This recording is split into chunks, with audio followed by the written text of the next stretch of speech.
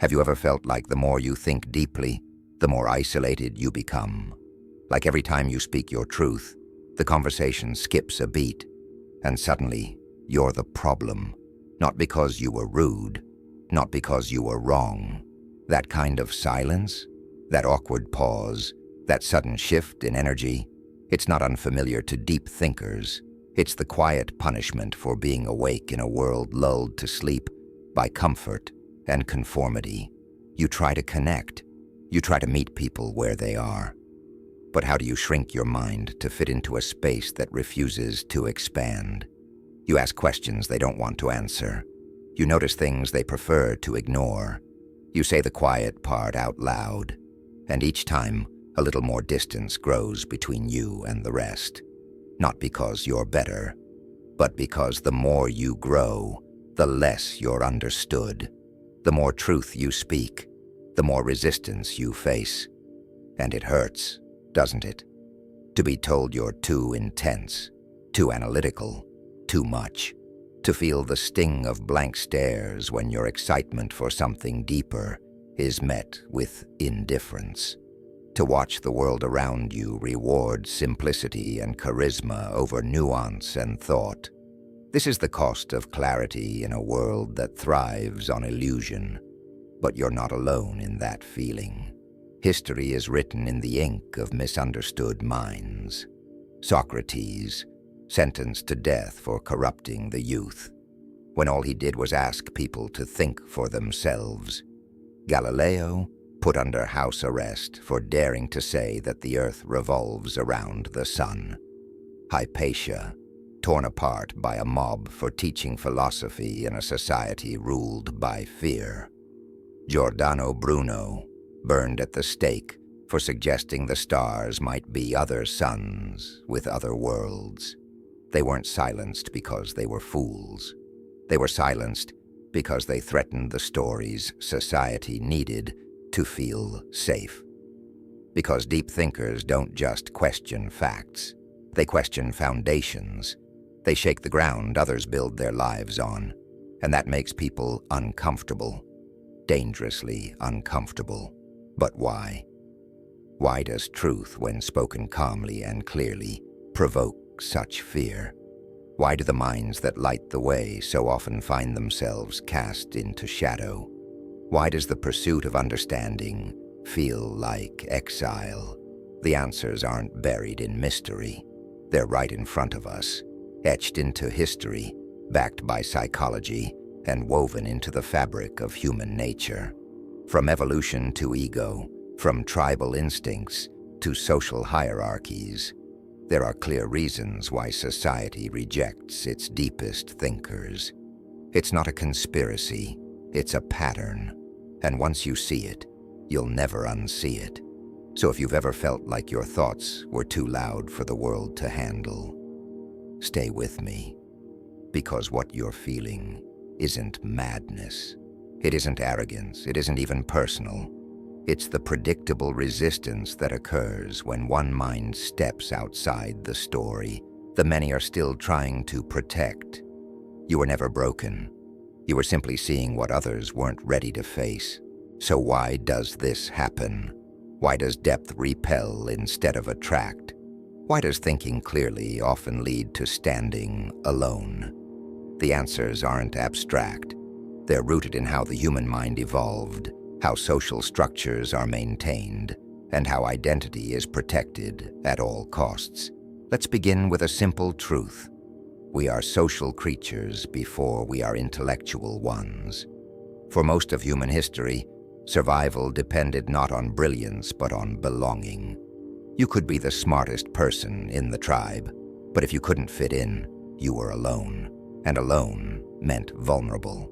We're wired to prioritize safety over truth, comfort over clarity, agreement over insight. This is why society rewards certainty, not complexity, confidence, not nuance, conformity, not depth. The human brain is built for cognitive ease. We prefer ideas that are familiar, simple, and effortless to process. When a deep thinker introduces a new perspective, especially one that challenges the collective narrative. It demands effort. It causes discomfort. And discomfort, psychologically, is registered as a threat. This is where cognitive dissonance comes in. When people are presented with information that contradicts their beliefs, it doesn't lead to reflection. It leads to resistance. Instead of asking, "Could I be wrong?" the brain scrambles to preserve its current worldview. Because changing your mind isn't just an intellectual shift, it's a threat to your identity. And deep thinkers, they unintentionally mirror this fragility. This is the mirror effect. When you encounter someone who thinks more deeply, more clearly, or more freely than you, it reflects back your limitations. Even if that person says nothing critical, their existence becomes a silent challenge. You may have felt this. The strange way people become defensive in your presence, even when you're simply being yourself. The way your questions are interpreted as criticism, your insights as arrogance, your presence as a disruption. It's not always conscious. Most people don't know they're resisting you. Their brain is doing it for them, silently, instinctively, protectively. And then there's the Dunning-Kruger effect, one of the most frustrating dynamics for anyone who values truth. It tells us this: the less someone knows, the more certain they feel. And the more someone knows, the more aware they become of how much they don't know. This means deep thinkers tend to speak with nuance, with hesitation, with honesty, while shallow thinkers speak with certainty, simplicity, and bold conviction. Guess which one society finds more comforting? In a noisy room, it's not the wisest voice that gets heard. It's the loudest. This isn't just a flaw in culture. It's a feature of human psychology. And yet, you're not wrong for being the outlier. You're not wrong for thinking differently or seeing what others don't. You're encountering the tension between truth and tribe, between the self that seeks truth and the world that fears it, between the one who asks, "But what's real?" and the many who reply, "Just go along." But here's what history shows us: that friction is ancient, and it always returns when someone dares to see clearly before the crowd is ready. So no, you're not imagining it. There is resistance, and there is pain in being awake when the world prefers to sleep. But there's also meaning, because every mind that challenges illusion pushes humanity one step closer to truth, even if it's rejected in the moment, even if it costs connection, even if it comes with loneliness. You're not broken. You're just living in the uncomfortable space between awareness and acceptance. And that space, as difficult as it is, has always been the birthplace of transformation. Throughout history, the story repeats itself like a myth we refuse to stop telling. A thinker sees the truth. Society isn't ready, and so they are punished, not because they were wrong, but because they disrupted the rhythm, because the crowd wasn't looking for truth. They were looking for comfort. Take Socrates, perhaps the original disturber of the peace. He asked inconvenient questions. He exposed contradictions in others' beliefs, not to shame them, but to help them see. And for that, he was sentenced to death. His crime, corrupting the youth. But really it was corrupting the illusion. He became too dangerous, not because he wielded power, but because he wielded thought. And thought, when it's free, is the one thing the collective can't fully control. Then there was Galileo. He looked through a telescope and saw what others refused to believe: that Earth is not the center of the universe, that the heavens don't revolve around us, that perhaps we are not as important as we thought. For this truth, he was silenced and imprisoned by the church, not because he lied, but because he proved something that shattered centuries of doctrine. Even truth, when it threatens authority, becomes heresy. Hypatia of Alexandria, one of the earliest female philosophers and astronomers, was murdered by a mob, her body torn apart for daring to teach rationality in a time of rising fundamentalism, a woman who used her intellect as a lantern in the dark, extinguished because she illuminated too much. And then there's Giordano Bruno, who believed the universe was infinite, that stars were other suns, that we are not alone. He was burned alive in 1600. His vision of a vast cosmos was not welcome in a world addicted to certainty. The same story plays out in modern times. Nikola Tesla, who dreamed of free energy and wireless power for all, died penniless and ridiculed, while others built empires using fragments of his brilliance. Alan Turing, who helped end World War II and laid the foundations for modern computing, was chemically castrated and driven to suicide for being gay, punished not just for his truth, but for being different in too many ways.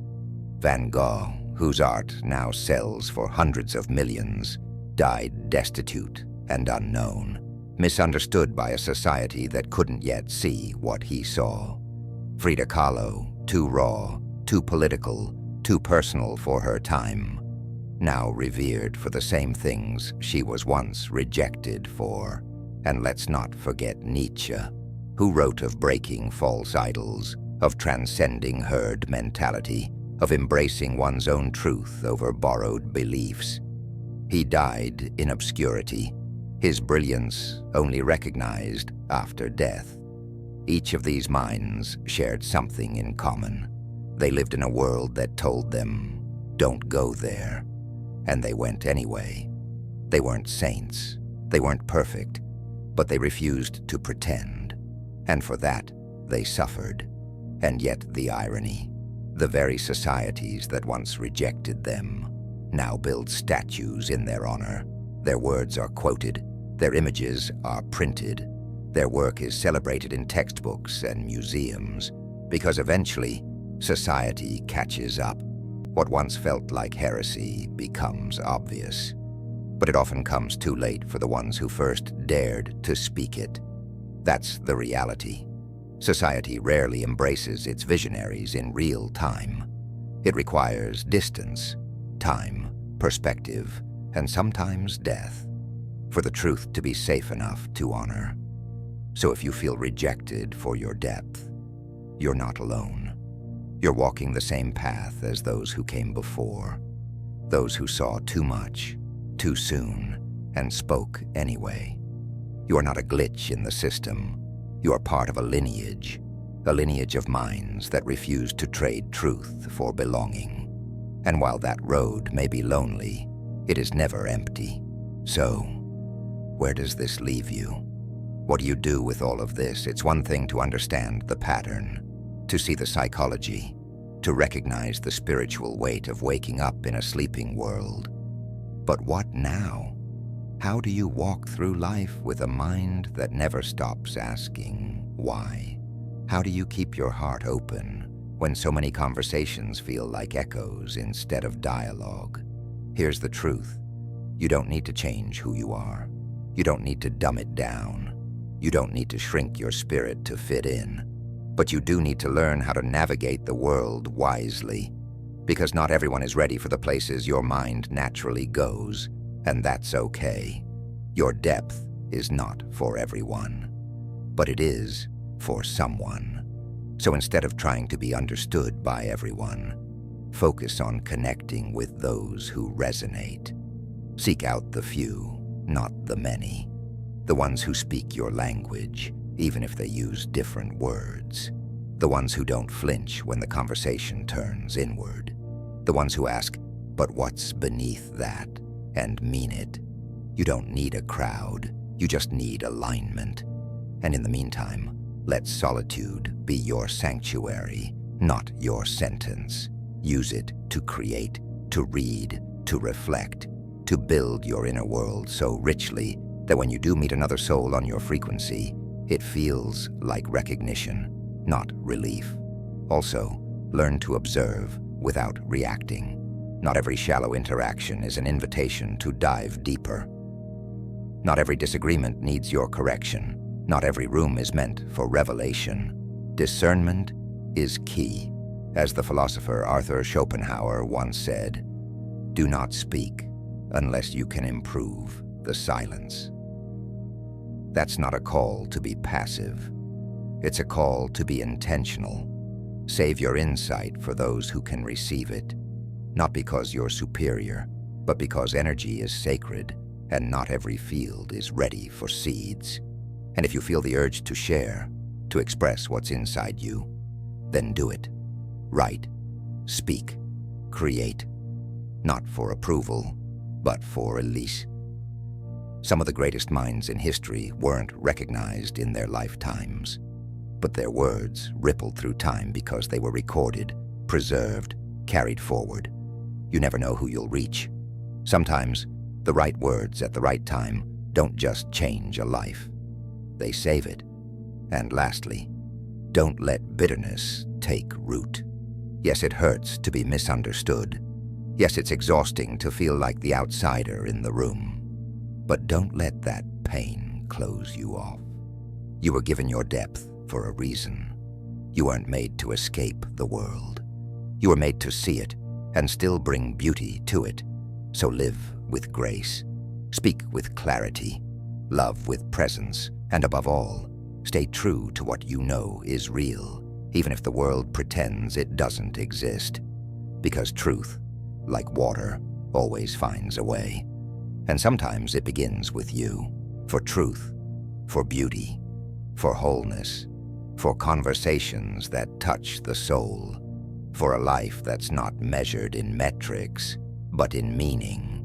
You were never meant to be normal. You were meant to notice, and while that noticing may isolate you, it also empowers you. Because deep thinking is not just a way of seeing, it's a way of serving. Every great change in human history began with someone who saw what others denied. Someone who said what others were afraid to speak. Someone who endured being cast out so that others might one day walk in.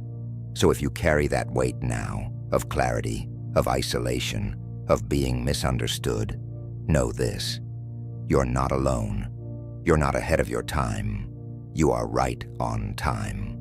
For a world that desperately needs what you carry. The world needs your questions. It needs your awareness. It needs your refusal to pretend, even if it doesn't always reward it, even if it resists you, even if it never thanks you. Live your truth anyway. Think clearly anyway. Feel deeply anyway. Because someone, someday, will hear your words and whisper to themselves, "I thought I was the only one." And that moment, that quiet spark of recognition, will ripple farther than you'll ever know. So keep going, keep thinking, keep being the mirror this world avoids. And when the weight gets heavy, because it will, remember, you are not here to fit in. You are here to wake up. And in doing so, you give permission for others to do the same. So if this message found you in a moment of doubt, let it remind you, you are not too much. You are not too alone. You are not too deep. You are exactly who you were meant to be. And the world, whether it knows it or not, is waiting for the light you carry. If this video resonated with you, share your thoughts in the comments. Find like-minded people by sharing your own experiences. Every step we take paves the road for others to make the journey themselves.